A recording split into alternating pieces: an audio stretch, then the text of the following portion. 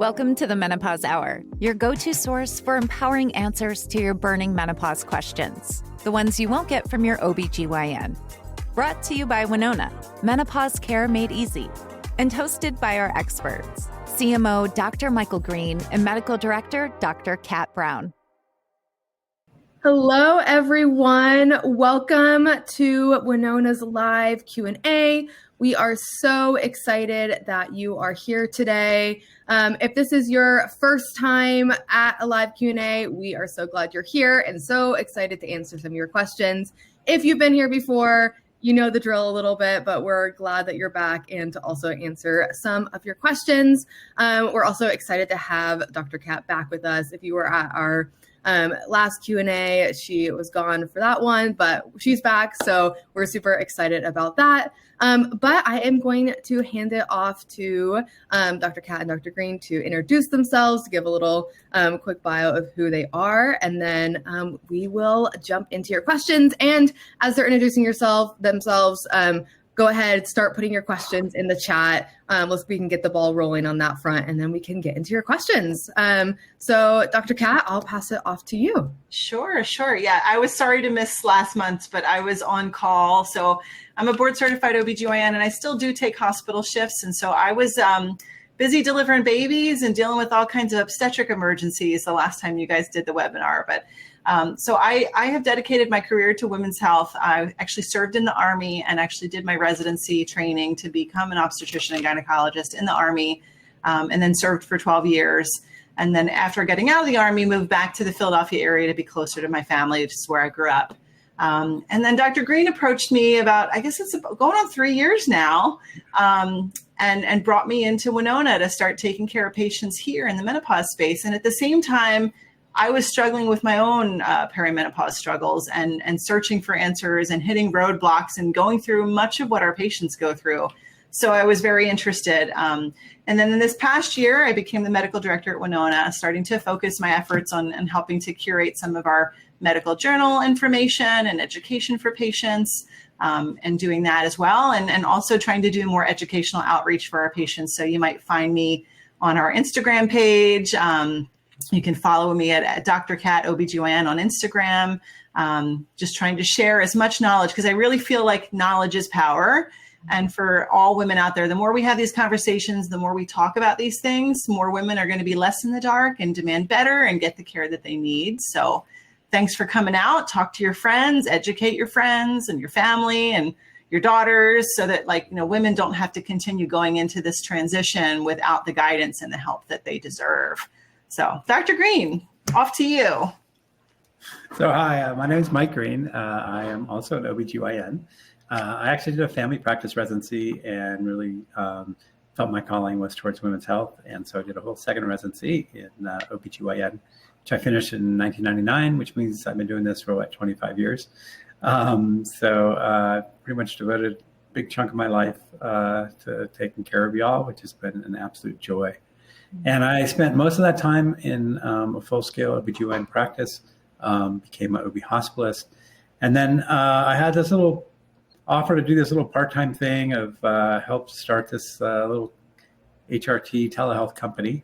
And we have grown into this big national presence. And this has become basically my full-time job, which has been an absolute joy. And so we're really excited. We feel that patient education is extremely important. Actually, my whole career, I've always felt that my primary job as an educator, my job is to educate patients and explain things in ways that you can understand so that you can make the right choice that's best for your individual circumstance. And so that's, we bring that to Winona, and we do a lot of patient education. We don't want to just say, here, take this.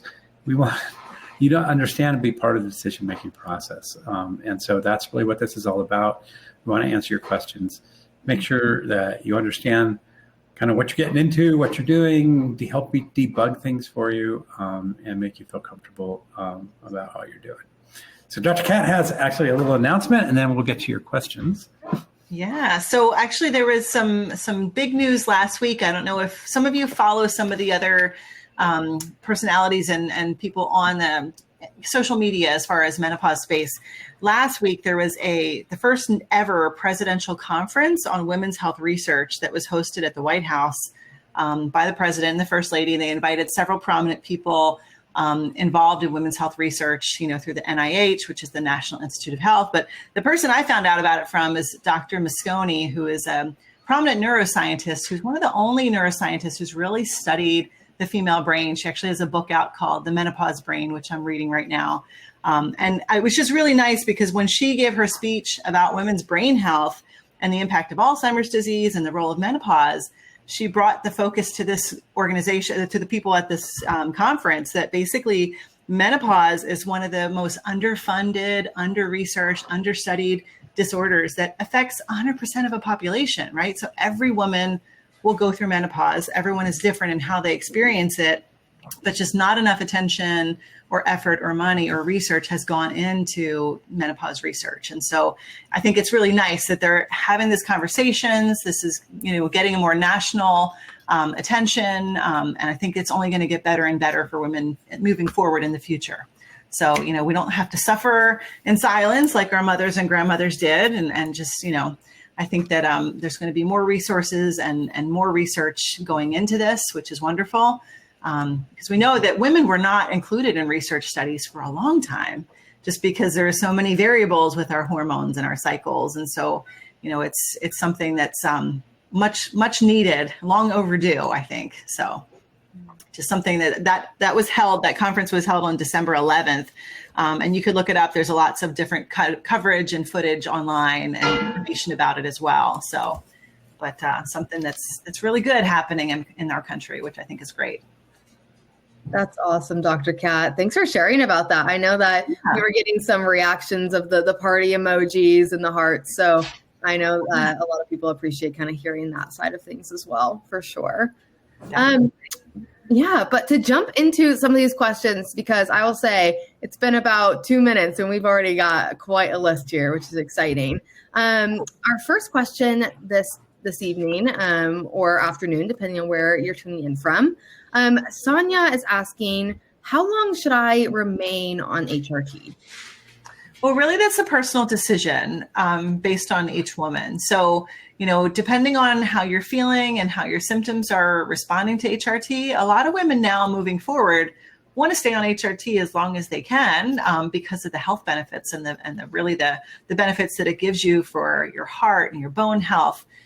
Years ago, they used to teach us as young OBGYNs that we should use the smallest dose for the shortest duration possible and try to wean people off. But really now it's a shared decision-making process. And so when a patient comes to me and says, I really don't want to be on this many medications, we can certainly try to wean off and we can do a trial off HRT and kind of see how they do. But the average woman is on HRT, for 3 to 5 years, sometimes longer. And personally, all the women, OBGYNs out there in the world that are going through menopause themselves, like myself, we all say and we joke that you'll have to pry it out of our cold, dead hands because we don't ever want to stop taking it because it makes us feel so good.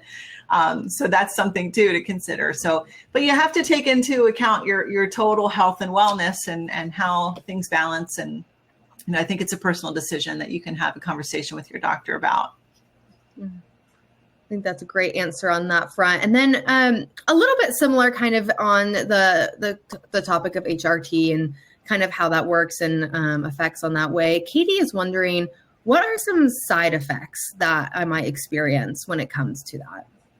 Do you want to take that, Mike? I feel like Sure. you're talking a lot. No, that's good. So the good thing is most people actually don't have much in the way of side effects.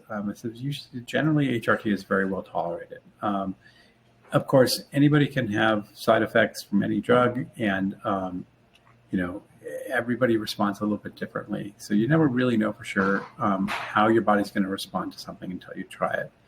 Probably the most common side effect, some breast tenderness, particularly at the beginning of treatment, is not uncommon. It's usually short-lived.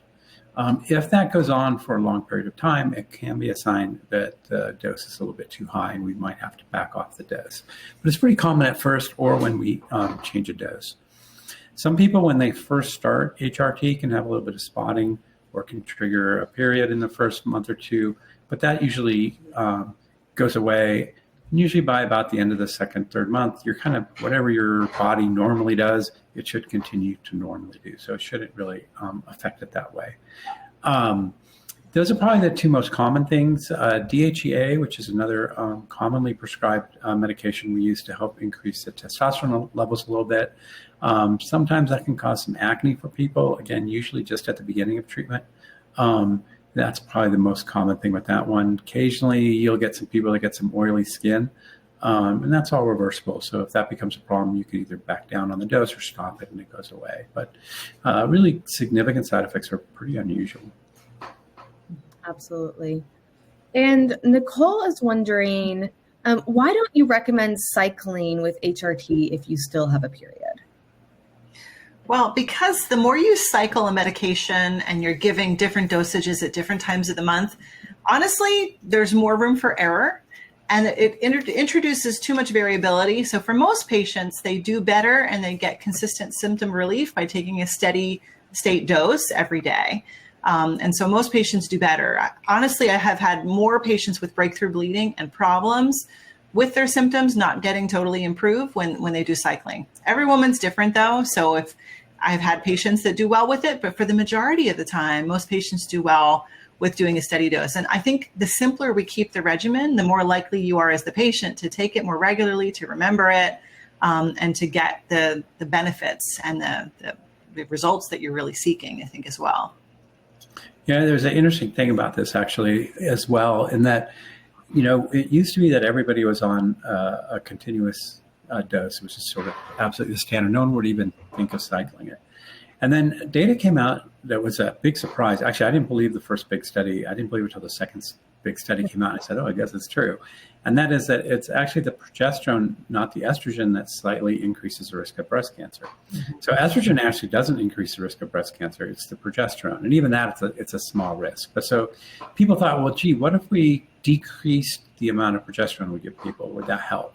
And so they came up with this idea of cycling the progesterone, only giving the progesterone half the month, or different ways that people would try to cycle this with the idea of, well, let's decrease the exposure to progesterone. Maybe that will help. Mm-hmm. And it was a good idea, well-meaning, and it kind of took off. And then the follow-up study said, well, it doesn't really help. It doesn't decrease the risk, and it causes more side effects.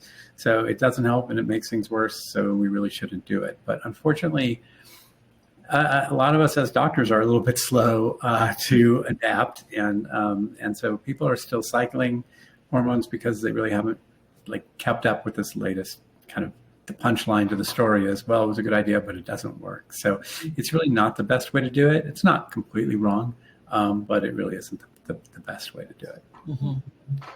Absolutely. And Shipra is wondering, do I use the cream just once a day? Typically, that's how most patients apply it. If you're using our body cream, it's 2 pumps of the cream once a day, typically the same time of day as best as you can, just for the consistency of when the medication is getting delivered. So a lot of our patients will use it in the evening time. I do have some patients that do better with using it during the day. But yeah, once a day, it typically works best for most patients. Absolutely. And we have a question about DHEA. Catherine is wondering, is it okay to just take the DHEA alone? Yes, I do have some patients that just take the DHEA alone, because what happens is DHEA is a precursor hormone. So it's a hormone that's created in our bodies naturally as well. But when we give it to you as a supplement, it gets metabolized in your body into estrogen and testosterone. So for most patients that maybe just need a little bit of a boost, or they're not in full-blown menopause yet, but starting to have symptoms in perimenopause, I do have some patients that want to do the DHEA alone. And sometimes as you continue into the transition, doing that alone might not be enough as the symptoms continue to progress and your ovaries continue to go through their transition of aging and not producing your own body's hormones. But for a lot of patients, it can help bridge that gap if they take it alone. And next we have a question from Deanne. And Deanne says, I have endometrial hyperplasia. Do you advise a progesterone-only cream to start with? Well, go ahead, Mike. You were open. I don't want to jump on either. I advise that needs to be taken care of by your gynecologist. So if you have endometrial hyperplasia, it's not really something that we should be taking care of at Winona. That's something that your gynecologist is going to need to take care of. For really the most important reason is the follow-up. And that's going to need to be checked to make sure that it goes away and doesn't progress. And they're probably going to want to treat you with some sort of progesterone agent, and there's different strategies for this. But that's not really a thing that HRT per se is going to fix. So yeah, please let your Winona doctor know. You're probably not the right candidate for us, unfortunately.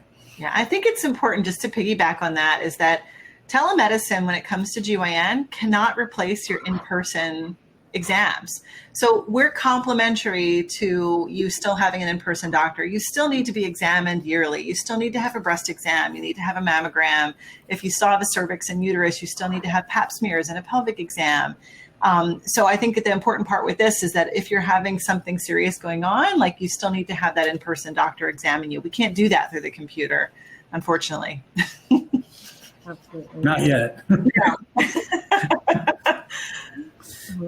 That's one thing I love to hear you all say as well about Winona. One thing I so appreciate is, kind of looking at women's health holistically as well. And, the part that Winona plays in seeing safety, as at the forefront of helping women, I think is such a cool part that I especially love about Winona and having the space for these questions as well on that front. And kind of on the safety aspect, this is a question I see a lot, but we also have Janine asking tonight. Does the bioidentical, she says bioidentical, but I believe she means bioidentical HRT cause cancer? Well, so any hormone that you're taking that's not created in your body, but even the hormones in your own body could potentially be cancer causing. There is no medication without risk. Even Tylenol, which is a safe medication, can be harmful to you if taken in wrong amounts or wrong dosage. So I think that that's something that, we have to take into account.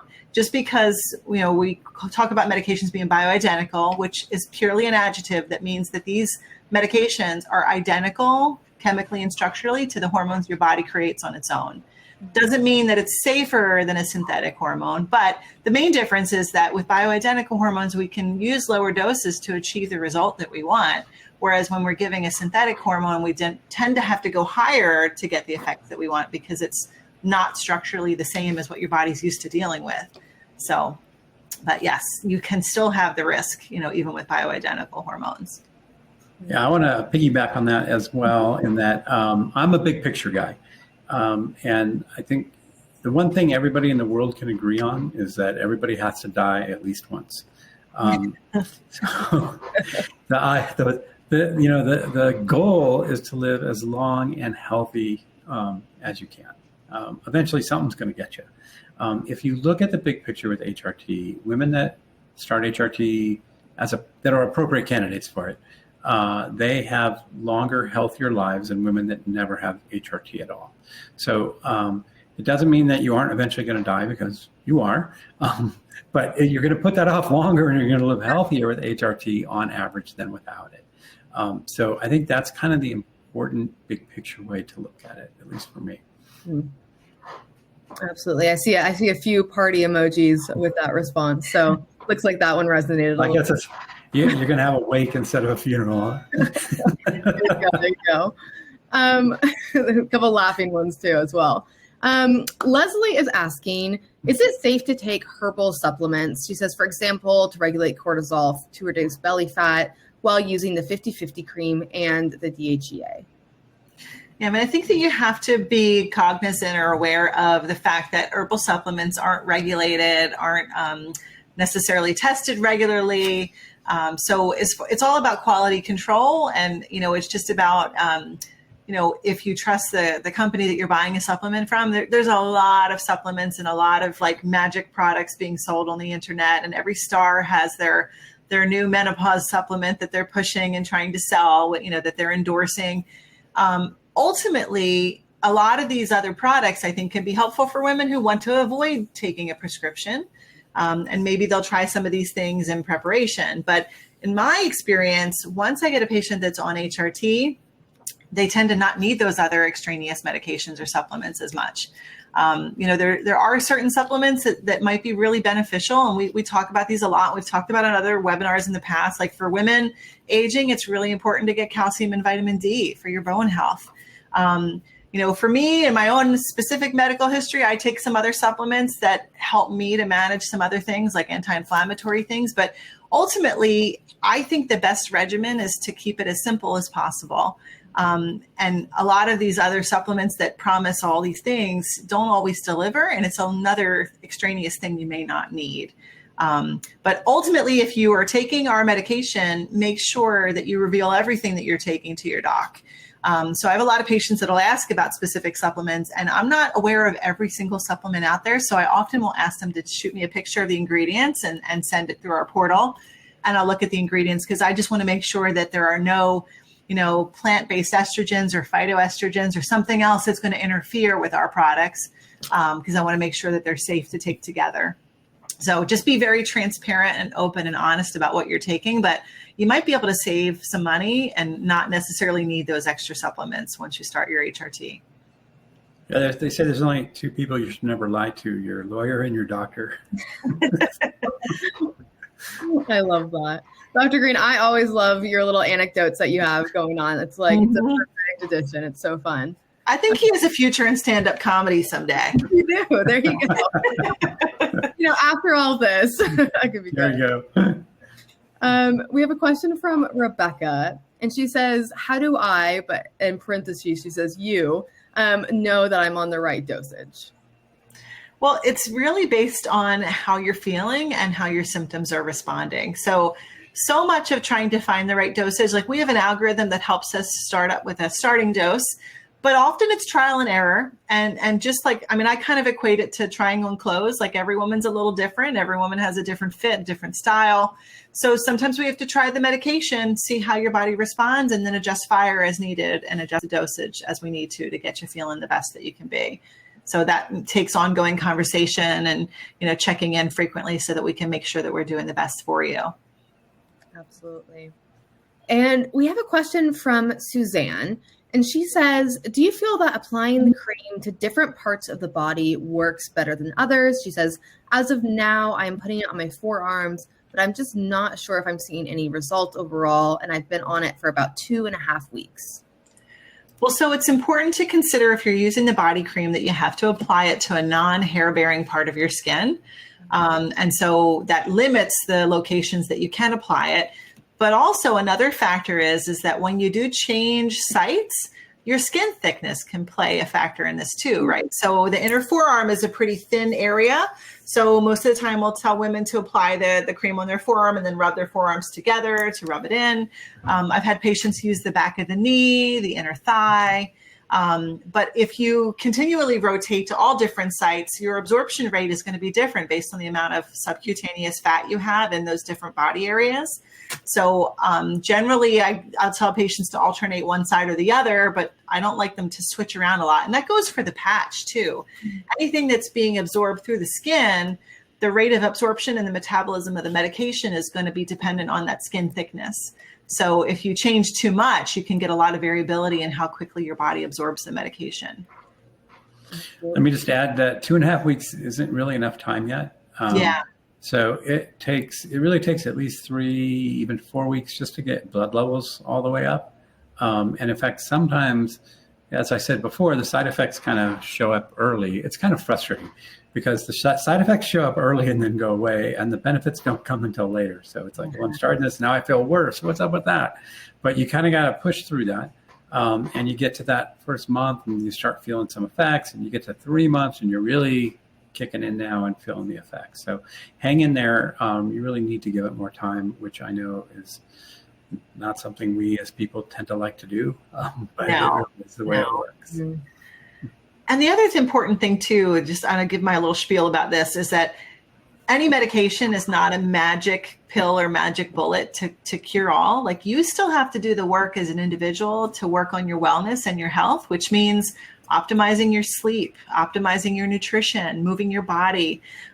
Because our medications can be helpful, but they'll be even more effective if you make those changes for your overall health and wellness moving forward, so that you can really, enhance your vitality and your health and your quality of life moving forward. So as you're waiting for those side effects to clear, really try to focus on getting 8 hours of sleep a night. I shouldn't talk about that because I'm not good at doing that as an obstetrician all the time. I need to practice what I preach more. But also drinking lots of water. So many of us are living every day chronically dehydrated. And I give the advice to my patients that I give to my kids. I want them to eat as many colors of the rainbow as possible. I think is good. That's how we get as many vitamins and minerals that we need. So focusing on those things as your body's getting acclimated to the medication will help too. Absolutely. And this is a question that goes a little bit past the first few weeks, but for the first few months. Rana says, I felt so much better now that I'm taking the cream and the DHEA. It's been a few months now, but recently I felt like my libido is at an all-time low, even with an increase in the DHEA. I think she's kind of wondering what's going on. Should I stay the course? So libido is almost always multifactorial, which means that it's usually not just one thing. And so the hormones can do only so much, but I would look at other areas of your life. Obviously relationship issues, but stress, especially this time of year. Most of us are a little stressed out with the holidays. It can be a very stressful time of year for people. Sleep, are you getting enough exercise? And just what I call the busyness of life. Sometimes you just get so busy doing good things that you just don't have anything left for your libido, for your personal life. And so, some things to think about, make dates. It sounds not very romantic, but scheduling time to have intimacy can be important, especially if you have kids. These are things that can be really helpful. And so the hormones can do so much, but usually there's other things going on as well. It's not usually just one thing. Yeah. And for women, probably the largest, part of our libido and the biggest piece of that is our brain. So it's not like we can just flick a switch and be ready to go. If your partner is not helping you, if you have a lot of the significant workload in the house and you're managing a lot of things, sometimes it can be so mentally exhausting that you don't really even have an effort, that desire. So yeah, it is multifactorial. There's a lot of other resources out there that we could share too, but you can also talk to your Winona doc about it as well. But I think that, I usually recommend to patients to check out the love languages and try to figure out, and trying to bring intimacy back into your relationship. And when I would talk to husbands and partners, in the office, when I was still seeing patients in the office setting, you got to treat women like they're a classic car. You can't just hop in, turn on the engine and drive cross country. Like, we need to make effort. You need to do the foreplay, do the things to build up, to build up that desire. And I think it's so very important. Men and women's bodies work very differently when it comes to sex and libido, and we have to think about that. Yeah. The other thing I would tell the guys is, so if your husband's listening, it gets to the point in a marriage, foreplay is doing the dishes and putting the kids to bed. Yes. Yes. Pamper. There's nothing sexier than a guy vacuuming or mopping the floor. Love that. We have a question from Martha next, and she says, hi, thank you for hosting this event. And thank you, Martha, for being here. But she says, I had a partial hysterectomy 7 years ago. I'm insulin resistant and have PCOS. Can I take estrogen alone? If you have had a hysterectomy, meaning that you do not have your uterus anymore, then yes, typically estrogen alone. You need the progesterone aspect of HRT when you still have a uterus in place. Estrogen has so many beneficial effects throughout our body, but the one negative thing it does is that it fluffs up that lining of the uterus. So we need the progesterone to counterbalance that and to keep that endometrial lining thin. So if you don't have a uterus, you don't need that aspect of it. Absolutely. And Deanne has a question where she says, does DHEA cause high blood pressure? If someone with borderline high blood pressure starts DHEA, would that increase those numbers even more? I think that it's important to consider anytime you're starting a new medication or starting hormones, there can be a slight bump in your blood pressure if you're already prone to high blood pressure, but usually it's not lasting. There's a lot of beneficial effects that estrogen has on the blood vessels throughout the body and in improving their elasticity and their tensile strength. So overall, long-term, blood pressure can actually reduce once somebody's established and stable on HRT. But in some patients that already have high blood pressure, starting treatment, we tend to watch their blood pressure initially, but it's usually a transitory thing. Like it's not permanent that their blood pressure, peaks or goes up. The other thing about DHEA is DHEA can be used as a performance enhancing drug. Mm-hmm. I got some friends in the gym, they're jacked up on testosterone and DHEA, and they're taking 400 milligrams of DHEA a day. And it really is pushing their testosterone. And in those kind of doses, there can be a ton of side effects. Mm-hmm. Because DHEA is available without a prescription, there has to be a lot of warning about this because it's really easy to overdo it and cause yourself harm. And so there's all kinds of scary stuff on the internet about DHEA, and that's where it comes from. Mm-hmm. At 25 to 50 milligrams, which is what we dose it at, it's not going to do that. It's really almost a totally different drug. It's just enough to get testosterone to normal female levels, but not to push up to the Arnold Schwarzenegger level. You may read on the internet that DHA will do all these scary things like raise your blood pressure, but at the 25 to 50 milligram dose, it really shouldn't do that. Yeah. And we have a question, and we just touched on this a little bit, but this is a little bit of a different angle on it. Julie is asking, she says, my last gynecologist let me be on progesterone only cream, she says, due to PCOS and estrogen sensitivity.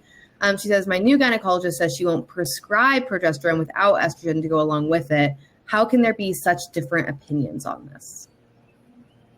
Well, it could have been the age you were when you first started the other treatment. Sometimes, if you're younger in the transition of perimenopause, sometimes some doctors feel like progesterone only might be safer for you. But in my experience, especially as someone's really going through this menopausal transition, progesterone alone has very limited efficacy in really addressing all the symptoms of menopause. Fundamentally, our powerhouse hormone as women is estrogen. And as that's decreasing, unless we supplement and give you some estrogen back, you won't address all of the symptoms of menopause. So, it's going to be limited benefit. Although I still have patients that just want to do progesterone only. And if that's really how they feel, we can do that. But, with the idea that if they don't get the results that they need, then we need to start reevaluating to add the estrogen in. But it really... honestly, yeah, sorry. No, go ahead. You're kind of cheating yourself. That's the problem is you're accepting the risk and you're not getting the benefit. Estrogen is, you get some benefit out of progesterone, but it's like you're not getting the good stuff. So it's kind of a shame. And so that's why I think a lot of us are hesitant. It's sort of really old thinking. As I was explaining earlier, we used to have this idea that, estrogen is like really dangerous. And as Dr. Kat was saying, we want to use the smallest amount for the shortest amount of time. And that thinking has really changed. Mm-hmm. It's estrogen that gives the osteoporosis benefit and the cardiovascular benefit. And there's lots of benefit to estrogen beyond just symptom relief that's going to help prolong your life and health. And you're not really getting that with the progesterone, but you're still getting the increased cancer risk. Enough progesterone can increase your appetite, make you gain weight. So you're taking these risks and you're cheating yourself out of the benefit. It's really not the best way to do it. And I agree. It's not unsafe. And, ultimately it's your body. And if that's the way you want to do it, I'll prescribe it. But I always feel a little bit bad. It's like, I'm not giving them the good stuff. So that's where that's coming from, I think. And I think the other thing to consider is that, we all get the baseline same education in medical school, but then we are a sum of our experiences and our experience in our careers and our ongoing continuing medical education. So that's why there can be some variability from one provider to the next. And if you have a doctor who, isn't comfortable prescribing certain things, it's based on their experience in their career. So it doesn't mean they're a bad doctor. It just may mean they don't have as much experience in treating menopause patients. So something else to consider. Absolutely. And we have a question from Elsie. And she says, I've been using Winona HRT for 3 months now, and I'm feeling great. However, I've gained a little bit of weight since beginning treatment. Is this going to get better? What might be going on here? Yes. Typically in the beginning, as you first start any kind of hormone, there can be some changes in your digestive patterns. There can be some bloating involved, some water retention. So for some women, that can equate to a few pounds. Also, our metabolism might change as we're adding in medications that are kind of changing that hormonal environment in our body.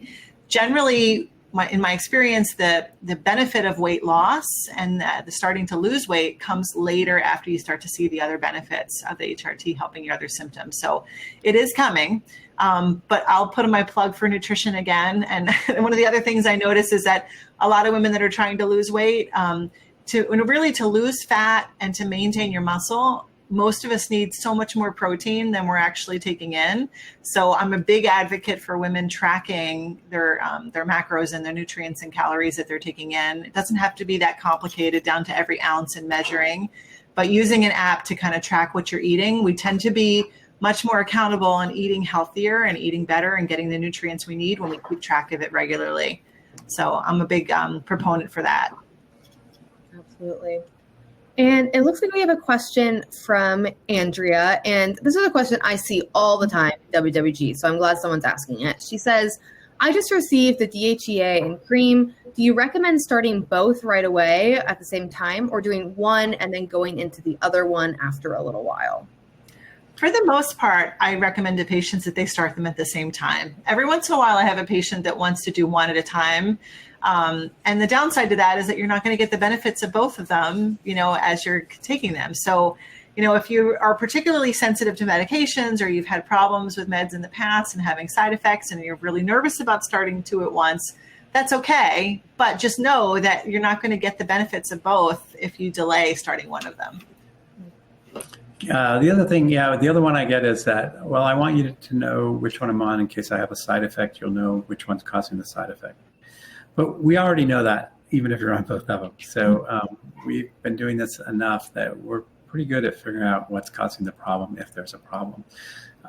You're kind of ripping yourself off because you're spending this time, but you're not getting all the benefit you can get. So I would start them both at the same time, personally. That's how they're intended. Perfect. Jennifer has a question she says, any advice on what to do about my hormonal eczema? She says, it's been a little bit better with HRT, but I'm still having rashes on my flex areas and it's very painful and still some terrible flares. Any advice on this? So there's a lot of things that can cause skin changes like that and like an eczema change or contact dermatitis. And it's depending on where you live, like this time of year, especially as the weather gets cold, like where I live and we turn the heat up, it can be very drying. If you haven't seen a dermatologist, they're really the experts when it comes to skincare, and they can tell you really what products might be best, what soaps and creams to avoid, which ones that will work best. So if you haven't seen a skin doctor, I would certainly recommend that, just so you can optimize your care for those areas and try to prevent that, because it may not all be hormonally related alone. Absolutely. And Erin is wondering, she says, I'm working on quitting smoking and I've heard there are some treatments I need to avoid. What are those? I'm not exactly sure if she's on HRT and thinking now what to avoid with there or the other way, but kind of in relation with smoking. So obviously, if you can choose one thing to do for your health, it's to quit smoking. Yes. Actually, that's not true. If you look statistically, it's don't be obese. That actually comes before smoking. I heard this at a GLP-1 lecture, but anyway. But you obviously, if you can quit smoking, that would be really, really good for you. HRT is safe for cigarette smokers. It's different than birth control pills. So birth control pills are synthetic hormones, are a much higher dose, and being over 35 and being a cigarette smoker, combination birth control pills wouldn't be safe. And so a lot of people think, well, gee, then HRT must be the same thing because it's still estrogen and progesterone, but it's a different type of estrogen and progesterone, and it's dosed much differently. So it's actually safe to use HRT if you're a smoker, but that shouldn't be an excuse not to quit smoking. So, yeah. Plus, think of all the money you'll save. Yeah, true. And I usually recommend for my smokers to try to encourage them to do a transdermal method. We tend to be able to use lower dose with the through the skin methods like the creams and the patches compared to taking oral pills. It doesn't mean you can't take oral pills. I think it's just a little bit lower risk profile for them when they're smokers. Absolutely. And Deanna says, I don't have hot flashes right now. Will starting HRT bring these on? Well, typically hot flashes occur because of big swings in your hormone levels. So, you might have one day where your ovaries are producing great amounts of estrogen and the next where they're not. And that sudden big change and kind of the roller coaster up and down of the hormone levels causes the hot flashes. So as you're starting HRT and as your body's acclimating, it's possible that you might get some, but not necessarily. Not every woman will. And some women have more hot flashes than others, and they can be associated with other things too. So the other things we tell women to watch are like their alcohol consumption, also their sleep patterns as well, because when you're sleep deprived, you can't control your own body temperature as well. So there's a lot of other things to take into account. Absolutely. We have a question from Lucy. She says, I'm 46 and still menstruating, but she says, I've been experiencing confusing symptoms. She says she's had a recent loss of a husband, and there's been some grief about that. And those have seemed to mimic perimenopausal symptoms. How do I manage knowing which is which? Is it perimenopause? Is it grief? If it is perimenopause, what should I do next? Yeah, I think this is probably the single most difficult thing for women to recognize when they're actually in perimenopause or not, because the early symptoms can be very, very subtle. Most often, women will start to notice pattern changes in their menstrual cycle, might notice some brain fog or some changes in their mentation and cognition. But if you go to our website, we actually have a free symptom tracker available to patients on the resources page. I don't know if you could put that link in there, Maddie, if you have that handy, because I think that's a good place to start. And I usually encourage patients to start keeping track of how they feel. If you notice, the best thing to do is for you to learn your own body and to really track your symptoms and kind of see if there's any patterns to anything. Because we tend to take small, subtle changes and kind of acclimate to them and incorporate them into things. And don't underestimate the grief and how that could be affecting you physically too.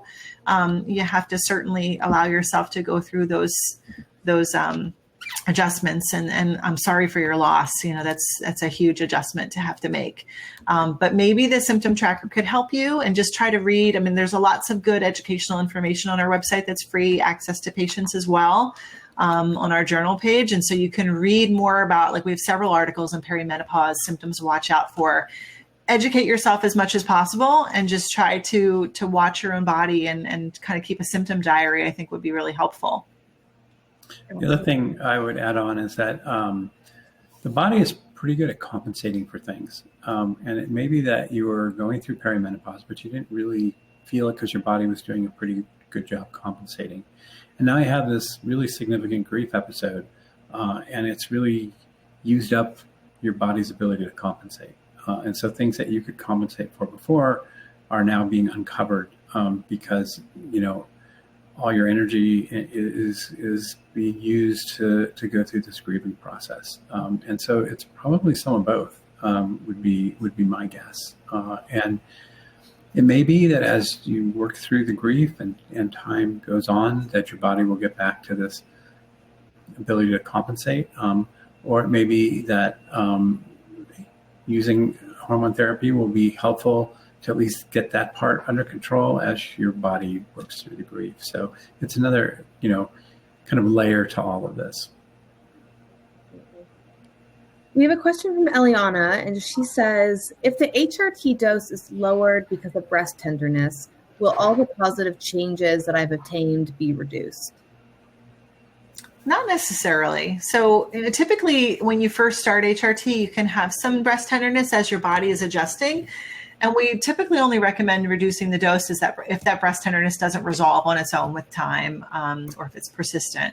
But I've had patients that we've had to reduce the dose, and we do that gradually. We kind of titrate down a little bit, and they're still able to do well, and their symptoms stay well controlled. So it's one of those things like we mentioned earlier, we try to find the best dose for everyone when we start out, but it's not a perfect science. And so there is some trial and error, and we have to kind of play with things to get the magic dose for you. Absolutely. We have a question from Rebecca, and she says, what kind of blood tests, if any, do you recommend to monitor during the perimenopausal phase? So the only blood tests that I recommend for women during this time frame are their normal health maintenance blood tests. So typically that means you should have a complete blood count at least once a year, and maybe a chemistry panel to check your kidney and liver function, to check for anemia, and usually getting a screening TSH to check for thyroid disorders, because women are more prone to having thyroid issues later in life as well. And then, we should add on to that, when you turn 50, you should start thinking about bone density. You need to start thinking about your screening colonoscopy.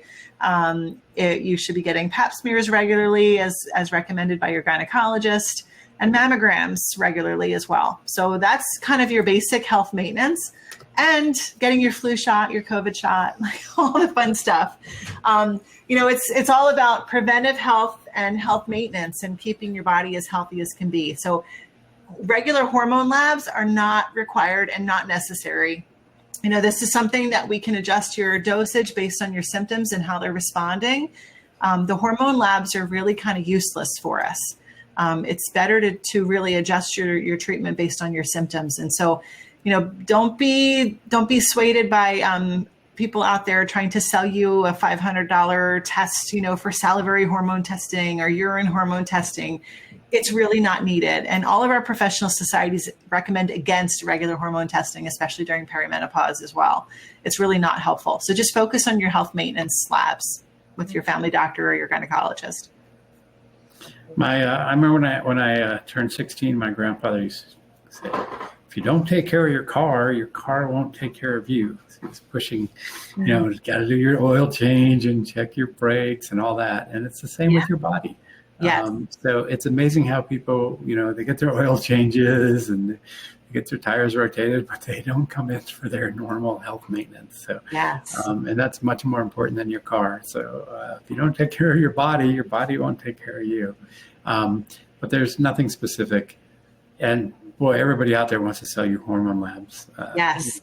Quest and the health spa down the street. And, it's just not necessary. It's a big money maker for people. That's not a good reason to do it. Okay. We have a question from Anne that says, I have a mild rash on my arm with the cream. Is this normal? There's no burning, but what would you recommend in this case? Well, I guess if it's in the location of where you're applying your cream specifically, like if it's right where you're applying your cream, I'd bring it up to your Winona doctor, because it could be that you could be reacting to something in the cream, although it's pretty rare. I think that our pharmacists that do compound our cream have done a really good job of really, selecting some really quality ingredients. And I have not had a lot of patients react to the cream, so it's kind of unusual.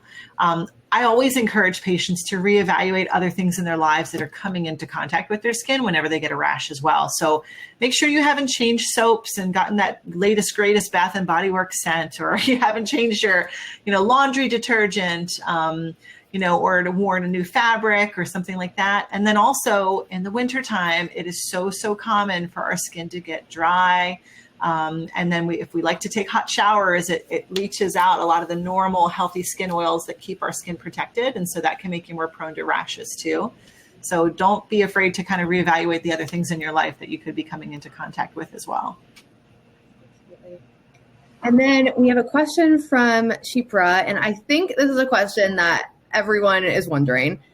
She says, do menopause symptoms ever stop? Well, when you're post-menopause, the process of all the changes in your body doesn't stop. But most of the symptoms that are most bothersome are really happening because of that roller coaster type effect of the hormone release in your body as you're going through the transition. So every woman's experience of that is different. 100% of women will go through menopause, but not everyone necessarily needs treatment or needs HRT. Some menopause symptoms are very mild and some women don't really notice them as much. Some people are able to do lifestyle changes and not necessarily go on medication. So every woman is different. But the changes from the loss of estrogen and the changes in your bone health and the changes in your cardiovascular health, like those are still happening, whether or not you're feeling something that's bothersome to you as far as an outward symptom on a regular basis. And so, after we lose the estrogen from our body, it's this gradual decline over time. You have to kind of fight against that with whatever strategy you're using to try to maintain your wellness, your vitality, and your health. So. Lori has a question. She says, I just started HRT this week. When should I expect to feel, sense, or see a difference? She says, mainly her symptoms are fatigue and muscle tightness and pain and itchy skin. So you may get some early wins. The fatigue may help. Usually the sleep changes tend to get better. Hot flashes are something that tends to get better quickly if you have those. Some of the other things take longer. As Dr. Kat was saying, the weight loss benefit tends to be a long game kind of thing, and you may not see that for a while. So it's really variable from woman to woman, but even from symptom to symptom. So by 3 to 4 weeks, you probably start feeling some benefit, but you really, even at 3 months, you'll be seeing a lot of benefit, but there's still more benefit to come beyond that. So there's sort of a short-term and a long-term in what you see. Some people are super lucky and, they feel better right away. But for most people, it takes time. It really does take time for the drug levels to come up, for that then to make its effect on the body and start giving you relief. Absolutely. We have a question from Alicia, and she says, are headaches a very common side effect of using the cream? She says, I deal with migraines, but I've noticed headaches and dizziness coming every day. If these are side effects, will they go away? She said, I've been on the cream for a month. So in my experience, headaches are a common symptom of hormone fluctuation, period. For me personally, when I was going through my own perimenopause struggles, I was having daily headaches and migraines, and I had never had migraines before. So headaches actually got better once I was on regular HRT. So I do see it in some patients that they develop headaches. And to me, it's your body kind of acclimating and responding to that changing hormone environment. And so usually it's not something that's persistent. It's your body changing with the hormones. And I think it will get better with time. But make sure you're hydrating well, make sure you're getting good sleep. Because if you're not getting a good night's sleep, the headaches are much more prone to happen as well. So that's so very important. And speaking of symptoms, we have a question from Lori, who I'm excited to see here. She's actually one of our Winona ambassadors as well, who's wonderful. But she has a question. She says, dealing with some brain fog, would it be worth it to increase my pumps if my biggest symptom is brain fog? She says, I've been on it for about 18 months and I had one increase, and I'm wondering if it's time for another. Well, I think it's certainly something you could bring up with your Winona doctor and talk about it. And you were going to say something, Mike. Did I chime in before you were able to? That's about what I was going to say. Is okay. that it may be, but yeah, that's something I would bring it up with your Winona doctor. They know what dose you're on, where you came from, if it's a new symptom, it may be something that a little extra estrogen can help, but it kind of really depends on all the sort of other factors. So yeah, I would definitely send a message in. We can give you generalities, but we don't have all your specifics. That makes us a little handicapped to give the little subtle individual advice. So definitely message in. We love to hear from you. So that's never a bother. Absolutely. And Jenna Leach says, I'm 39 going on 40, coming off 5 babies, and I just can't lose the weight like before. She says, also, I'm having vaginal dryness, poor sleep, increased anxiety. She's wondering, is this my hormones? Is that what's going on here? It certainly can be. Depending on when the last baby was, some of those changes can be related to postpartum adjustments and changes. It can be very common for women that are postpartum, or even if you're breastfeeding still, to become hypoestrogenic as a result of all the changes that your body went through with pregnancy and delivery and everything. But also that puts a huge demand on your body going through all those changes. And so, 40 is not an uncommon age to start experiencing some perimenopausal symptoms. When we talk about menopause, the average age in America is 52, 51, but we can have symptoms for up to 10 years before that. So if that's the average age, that means that, the scope of the time frame that you can start experiencing symptoms can be anywhere from 35 to 55, even later. So, but a lot of women will start to notice changes like this, and especially having babies later in life. I've had a lot of patients having babies in their late 30s, early 40s, who are doing just fine, and just the stress of going through a pregnancy later in life, they are postpartum and they kind of go right into perimenopause. They don't have much of an adjustment phase. It's very common. Absolutely. We have a question from Katrina, and she says, what are the major differences between the cream versus the patch? So it's just a matter of how the medication is delivered. So when you're applying cream, the medication is getting absorbed as you rub it into the skin, and it's kind of a once a day absorption, whereas the patch is formulated with like a timed release, right? So the medication is embedded in an adhesive on the patch, and it's slowly absorbed over time. So it's a more consistent, steady state dosing than just the once a day, like a pill or a cream. And really it's a matter of preference. Like if you're someone who has reacted to Band-Aids, or every time you get any kind of blood drawn and you have medical tape put on you, you break out and you get irritated, the patch is not going to be a great option for you, because that you might react to the adhesive. So think about that as far as your lifestyle. And I always tell patients, like, choosing the best treatment option for you is the one that you can incorporate into your life the best, and that you think you're going to be able to remember the easiest, and that you're going to do well with. So. Yeah, some people find the idea of the patch convenient because they only have to change it twice a week. Other people don't like the idea that I have to wear a patch all the time. So it's really kind of a personality thing. I personally think, if you think about the way what's called pharmacokinetics, so the way the drugs get absorbed and the way they work, the estrogen is a fairly long-acting medication.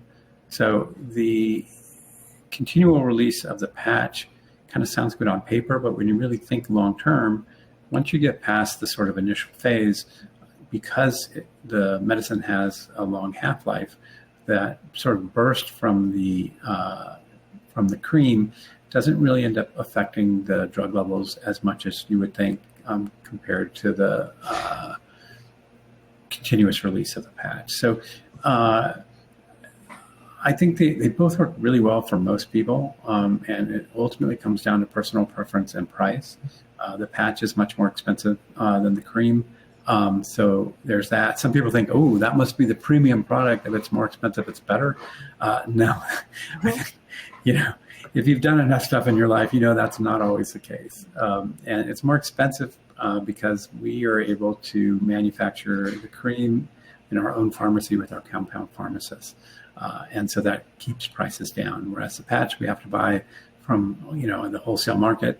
And they're just more expensive to purchase for us, which is why the price is more expensive. So don't think higher price means better product. That's not always the case, and it certainly isn't the case here. So it's really a personal preference, I think, as much as anything. Absolutely. And it looks like we have time for about one more question. And I will say, I know that we have a lot of questions we didn't get to tonight, which is so great to see that so many people came out and are really thinking about their health and like what are the next best steps to take. I will also say, if you are currently a patient with Winona, your doctor is available 24/7 in your patient portal. That's why they're there. They're there for any questions you might have. So any of the questions that you all are having in here, that's a great place to ask those. And also, in 2025, we're going to be doing even more live Q&As. So please come to those. We'll be doing 2 of those a month. So bring your questions to that. And we also have record of all the questions that you've asked tonight. So we have those in our transcripts, and we will work on getting answers for those in our WWG for you, and kind of addressing those topics as we go forward, so that we can see what are important questions you all are asking. But for our last question tonight, we have a question from Nicole, and she says, what's the difference with the wild yam cream you can purchase over the counter or on Amazon and Winona's cream?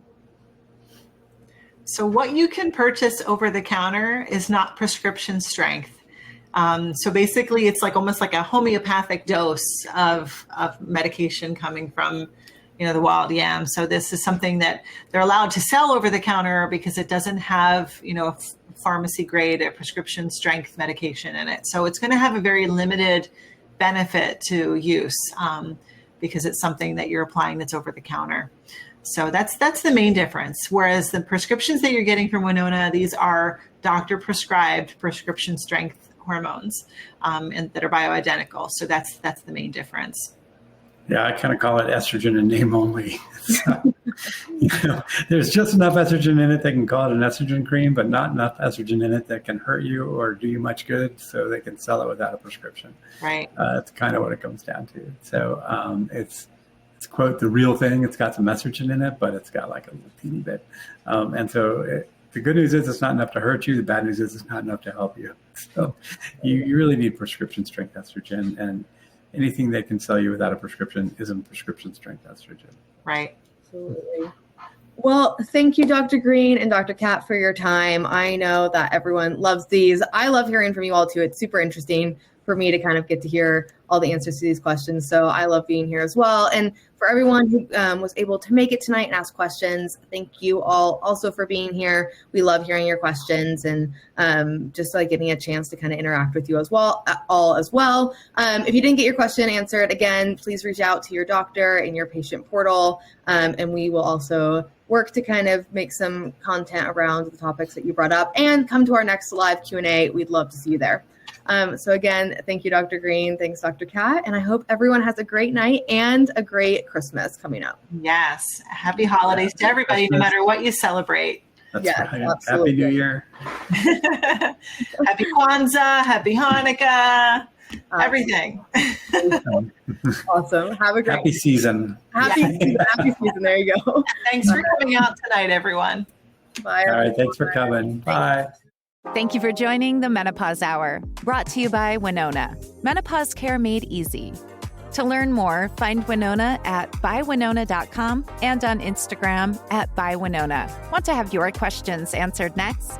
Register for our upcoming live Q&A, linked in the show notes.